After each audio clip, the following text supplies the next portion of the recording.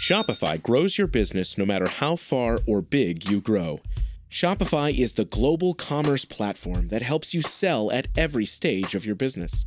Whether you're selling your fans' next favorite shirt or an exclusive piece of podcast merch, Shopify helps you sell everywhere. Shopify powers 10% of all e-commerce in the U.S. Allbirds, Rothy's, Brooklinen, and millions of other entrepreneurs of every size across 175 countries. Plus, Shopify's award-winning help is there to support your success every step of the way. Because businesses that grow, grow with Shopify. Sign up for a $1 per month trial period at shopify.com/income, all lowercase.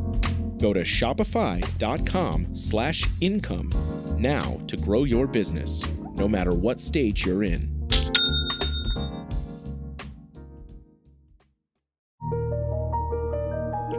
Welcome to Accelerate Your Business Growth, where we're exploring all sorts of business topics. Experts from around the world join me, your host, Diane Helbig, for a conversation where they share their expertise with all of you. Take what you need when you need it. Featured on Inc.com, Forbes, and MSNBC's Your Business, this podcast is recognized as one of the best podcasts for small business, sales, leadership, social media, and more. When it comes to business, Accelerate Your Business Growth has got it covered. And now on with the show. My guest today is Courtenay Shipley. Courtenay is the founder and chief planologist at Retirement Planology, a consulting and registered investment advisory firm for corporate-sponsored retirement plans. With a wealth of experience in the retirement plan industry, Courtenay not only offers her clients expertise in investment analysis, plan design, and employee education, but also helps them leverage their employee benefits in a way that supports their own business goals. Thanks so much for being here today, Courtenay. Hey, thank you so much for having me. I really appreciate it. I'm thrilled to have you. Unfortunately, this is a topic we don't talk about enough, I think. And I love how you look at employee benefits in context with the business owner's goals, because, right? Sometimes we do these things in silos instead of making sure that they're all pointing in the same direction. So, talk to us about evaluating all those benefits that are out there, all those offerings that are out there. But as a retention strategy, like how should we be looking at these things in regards to keeping our good people? Sure. So they're definitely a product of your company culture to some extent and the framework that you already have established for that. But no one goes into business to offer benefits. They have some other higher calling that they have. There's a widget that they're producing or something along those lines. So this is always a conversation that starts with a budget constraint. And it's also one where it's a balancing act. And it's so important to have employee benefits, especially on the retirement plan side, that employees care about. Because if they don't care about them, you can offer anything, but that's not going to help reach the goals that you have for retaining people and for attracting really good new people. So that's where the conversation usually starts, is what kind of employees do you have? What do they appreciate? What types of benefits are they after? Is everyone at your company a dog owner and needs pet insurance? And so being able to speak to who your people are, what kind of people you attract. Maybe that's from an industry standpoint. Maybe that's just from your particular company or what you are trying to do as the business owner, or, the HR office and who you're trying to attract into the company at large. The more detail that you have about them and the more that you understand how they tick and what they appreciate, the better off you'll be as far as evaluating your benefit strategy. Okay. So I'm going to push on this a little bit because do it. I'm feeling like is it possible to then drill all that down to a package that I guess doesn't have so many parts to it that it's sort of hard for everyone to know what's available, or, Yeah. is too weighty for the company? It is quite possible. It is quite possible.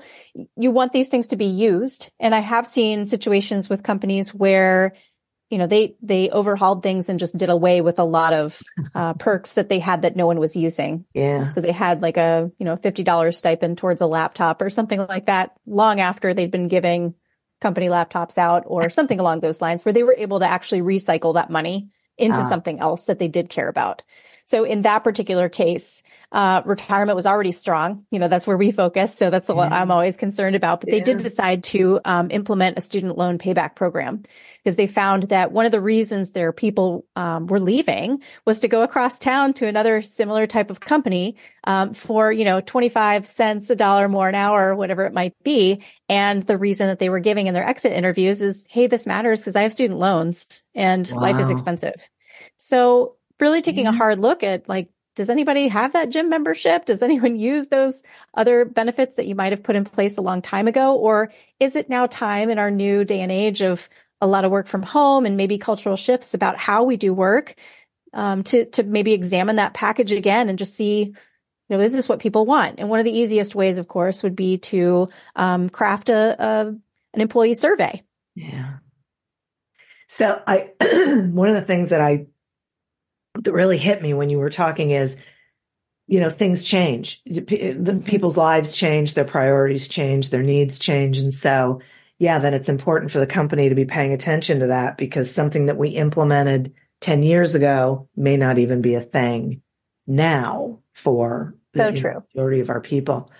So do you find that there are like competing priorities when companies are creating benefit plans? Yes. Like what? Money, time, effort, usage, all of those things. So being able to funnel your benefits dollars as the employer to the right benefits. Let's start with that. Everybody wants to be very generous, but generosity, of course, costs a lot more typically. And so it's a balancing act of finding, the right mix of medical insurance and other voluntary benefits and the retirement plan that doesn't break the bank. And when we're meeting with our clients, it's typically a small committee that has representation from HR as well as the CFO office. And sometimes those two are at odds, where HR is saying, we really want to have a better retirement plan. We want people to be comfortable when they leave here. We want them to stay a long time and be able to accumulate money to have the life that they want in the future. And the CFO is saying, yeah, but that's a lot. And let's look at the vesting schedule and how much are we going to spend on this? And, have you heard about how much our health insurance went up last year? So there's usually those two competing priorities. One of making sure that you're staying competitive and or living out your cultural ideas versus how much money does all of that cost. So you have to be a little savvy, I think, at times. Yeah, it sounds like it. And I can see those definitely being competing priorities. Yeah. And let's talk about employee demographics. Okay. Because that's another thing that I feel like different demographics have different needs or different beliefs maybe about what they think they need. And so what are you finding? What do you notice out there? So the easiest thing to start with is on the retirement side. We do see younger generations being saddled with the student loan debt and having a harder time contributing to the retirement plan as easily. We're also seeing younger generations be more responsive to automatic enrollment. Yeah, just put me in there so I don't have to fill out paperwork. That's great. Opt me in. They are happier with an environment that has less friction in it. So that automatic enrollment fills that need. Automatic increase, many of them are in favor of as well. What we're seeing kind of in the mid millennial / Gen X is that they're realizing maybe they haven't been saving as much as they need to. So having the option for like stepping up their contribution, We're also seeing folks who are closer to retirement or the baby boomer age. Oh, shoot, now I really need to load up into my retirement plan, but now I need planning. Now I need to understand better what I need to do in the next 5 to 10 years before I get ready to retire. And so they're looking for a different type of education than those who are just starting their careers. And they're also looking for a different experience. The younger side, younger generations tend to gravitate more towards this idea of things being more personalized for them. I have jokingly said that I think it's Mr. Rogers' fault because, my generation and below, we watched Mr. Rogers. He told us every day that we were special and there was no one else like us on earth, right? And so we're like, yeah, we're special. There's no one else like Earth. Of course, we want to have, Netflix that makes a suggestion about what I might like to watch next. So, we are seeing retirement plan providers having to cater to two distinct, different experiences. One that's more like Uber and Amazon and one that's more like hold my hand and tell me what I need to do. And I need that advisory piece. Yeah. So it'll be interesting to see how that goes. But you have all the generations, right, in the workforce right now. Exactly. It's got to be challenging. Yeah, employers definitely have a challenging position, poor HR in particular, having to serve all of these different groups with education and with relevant and timely education that will help them use that benefits package and derive value out of it. So I think that's a real challenge for everyone. Wow. Boy, no kidding. And what about marginalized groups? Because my understanding is they're more likely to just neglect the benefits offerings. Is that true? Yeah, that is true. It goes back to, I think, bad advertising, bad marketing in a way, because if you don't see people like you using the plan or using those benefits, then you start to wonder if they're really for you. We used to see this a lot before the automatic enrollment revolution, especially with the millennial generation, where it was retirement. That's for old people. I don't need to sign up for that. And so then you just have to take it one step further to say a person of color looking at it saying, oh, that's not really my thing. Sure. So that's a big part of it, having the messaging right. Also understanding how decisions are made, because not all cultures make decisions the same way.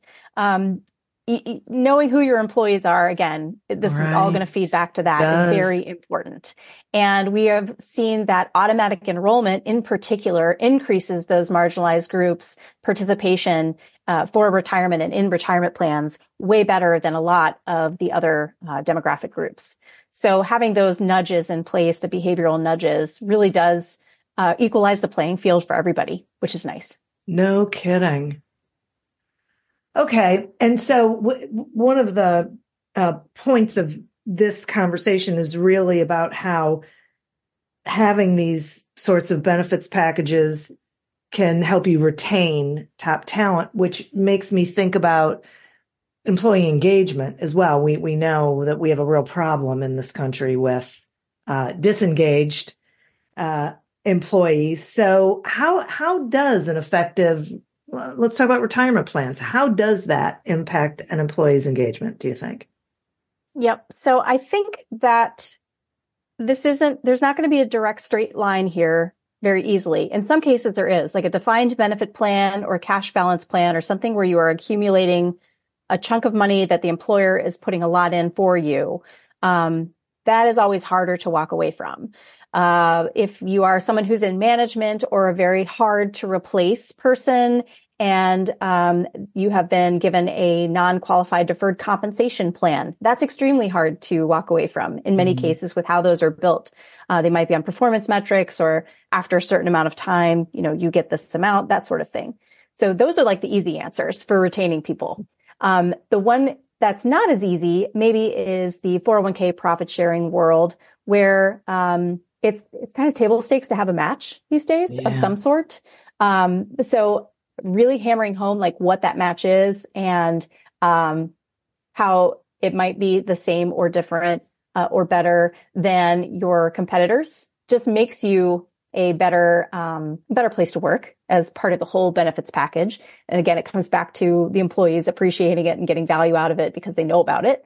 You can also look at it from the perspective of if you are a more generous company and you want to give people a stake in the profits. So at the end of the year, you are determining your profit sharing and distributing that among employees and making a big deal out of it. Hey, we hit our numbers this year. Look at this. This much is going to you as a bonus. This much is going to you in your retirement plan for your future.